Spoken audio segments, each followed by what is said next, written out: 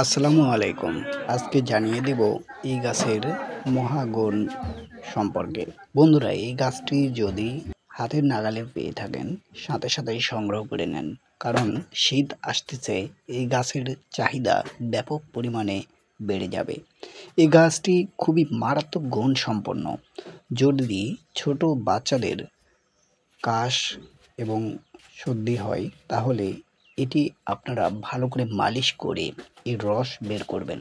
তবে হ্যাঁ, এটি মালিশ করার আগে অবশ্যই সাবধান থাকতে হবে। আপনাদেরকে একটি পাত্রে এই পাতাগুলো সুন্দরভাবে পরিষ্কার করে নিতে হবে। পাতাতে যেন এক ফোঁটাও পানি না থাকে।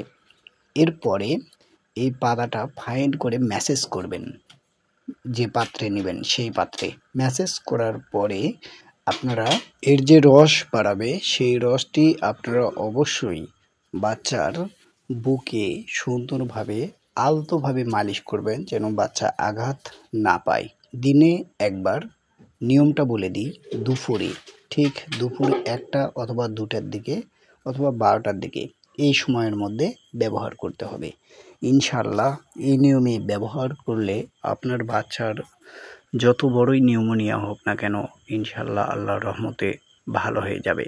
তো বন্ধুরা, এই গাছটির নাম অনেকেই জানেন, আবার আপনারা কিন্তু ভুল করে অন্য গাছ তুলে নিয়ে চ্যানেল কর্তৃপক্ষকে দায়ী করবেন না। ভালোভাবে দেখে নেবেন, তারপরে এই ভিডিওর সাথে মিলিয়ে উঠাবেন। পরীক্ষামূলক একটাবার ব্যবহার করে দেখেন, ইনশাল্লাহ আপনি অবশ্যই সফলতা পাবেন।